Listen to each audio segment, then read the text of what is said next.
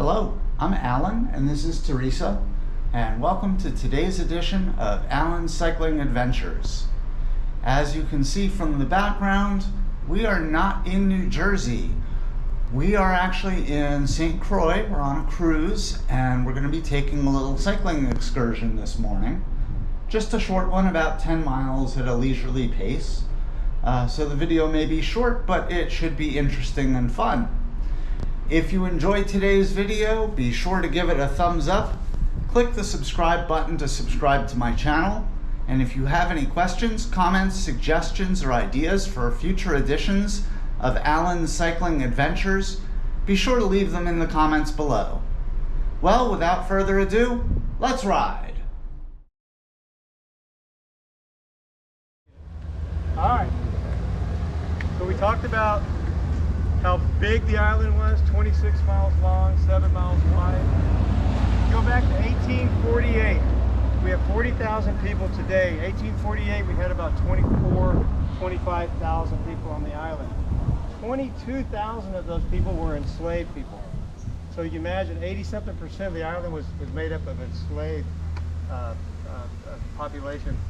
And back in that day, Denmark owned the island. So Denmark owned this island for over 200 years. So back in 1848, this guy behind me, he'll always be known. I love his name. It never gets old. But his name, there's two hierarchies you can have as an enslaved person. For a female, you can work your way up to a queen. And for a male, it'd be a general. So this guy will always be known as General Budho. As you're growing up with that name, B-U-D-D-H-O-E, had to be a tough kid, right?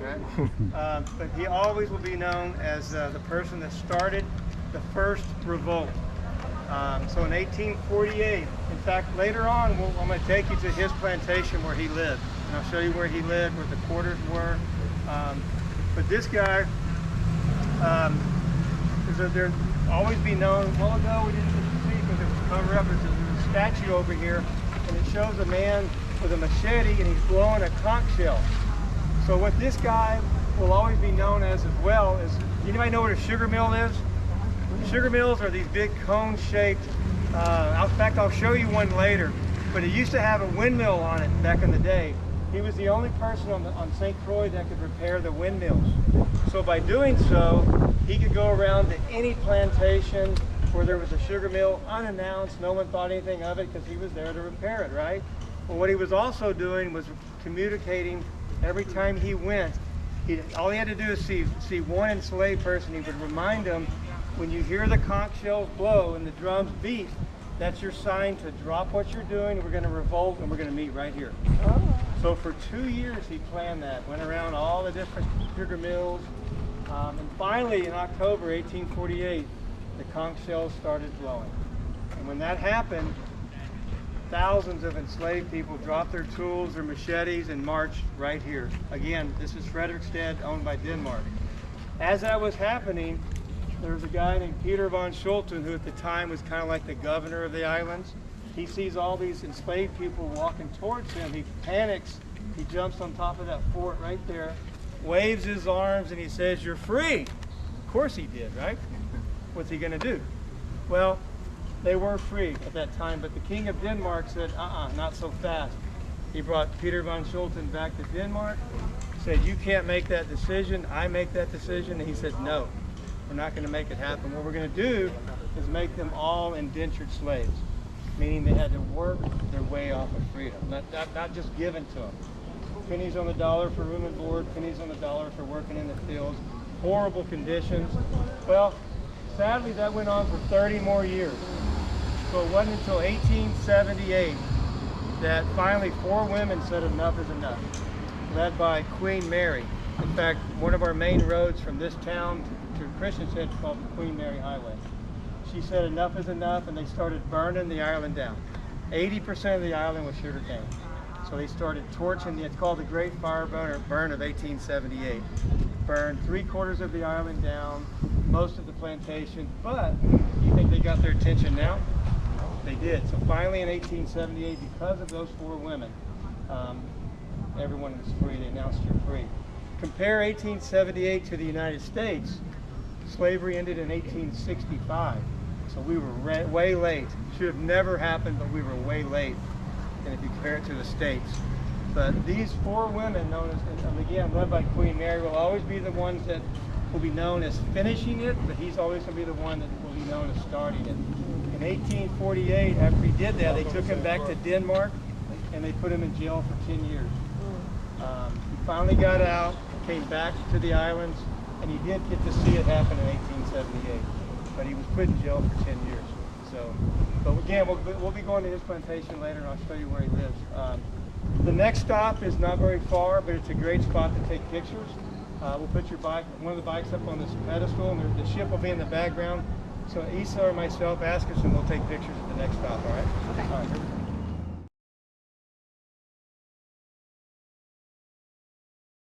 We're going to come over here to the Virgin Islands and by the islands because there was a major hurricane that hit in 1867 that was so bad they had to bring over a U.S. Navy warship. It was called the USS Monongahela.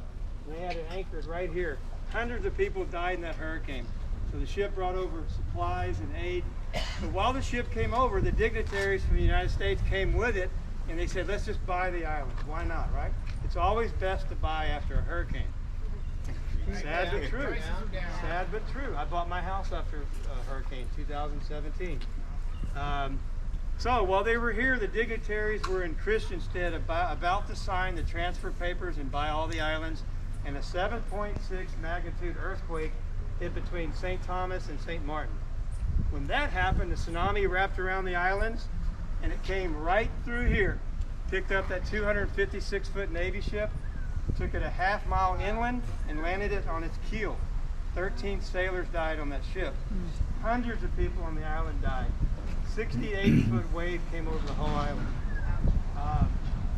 So never before have we had a tsunami up until then. That's the only one we've ever had in 1867.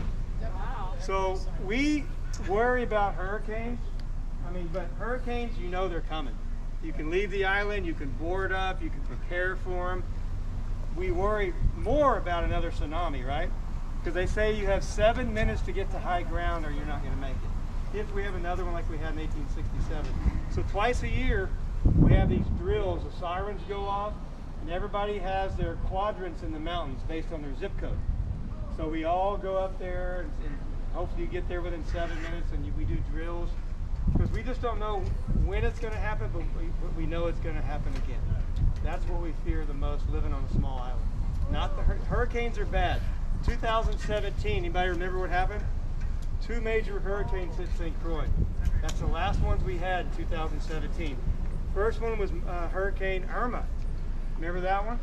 It was a Category 5, 170-mile-an-hour winds here. Mostly hit St. John, St. Thomas, St. Martin. Devastated us horribly. It then went into the Carolinas and hit the Carolinas.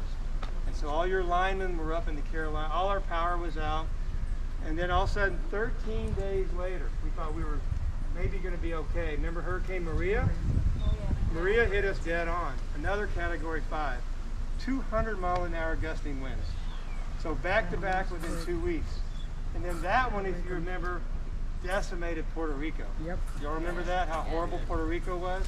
Yeah. Puerto Rico has 3.5 million people, so all the other linemen that were in the states that could help out were in Puerto Rico. Guess who was helping us? Nobody. So 5 months on St. Croix with no power. Wow. Think about that. A few weeks you might survive, right? But think about being without power for 5 months. So we had 5 lineman trucks in 2017. Guess how many you think we have now? 30. So at least if it happens again, and it will happen again, we can kind of sort of help ourselves instead of relying on FEMA and everybody else. But we haven't had one since 2017. What did you do for food for 5 months? You know, the grocery stores had generators, and they did start opening up again after about a week. They always tell you to prepare for at least a week. Canned goods, whatever you can do. But the worst part is not having a refrigerator. Try to go 5 months without a refrigerator. You're living out of an ice chest. Horrible. All right, last but not least, there was a movie that was filmed here. A lot of the ending was filmed here. See if you can, someone will guess it.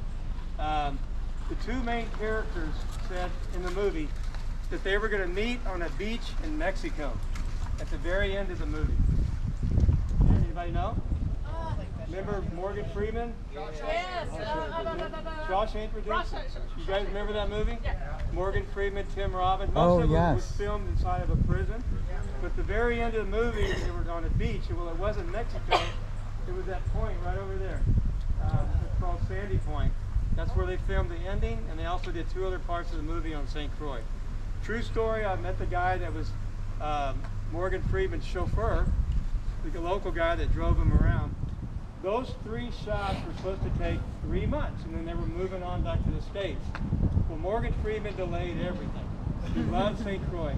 In fact, when they got here, he demanded they take a 30-day period, go back to the States, see their family, regroup. He stayed here. He didn't go anywhere. Not a stupid man. He didn't go anywhere. So he delayed that, delayed different things. So what was supposed to take 3 months, with those 3 shots, took 7 months. He still comes back to the island, loves it here, but he's Morgan Freeman, so he can do what exactly he wants to do, he can do it. So, but yeah, it was filmed right over there in the end. So, all right, we're going to move up a little bit further down, and we're going to talk about the turtles. Then we're going to go inside town a little bit, and then we're going to head out to the North Shore and out to the plantation, and it's a beautiful ride out along the beach, all right? Sorry, question. Yep. So when I planned what I was going to bring on this trip, or on this particular cycling excursion, I knew it was going to be a short ride. What I didn't anticipate was that we were going to have such an excellent tour guide who gave us a lot of educational information at various stops.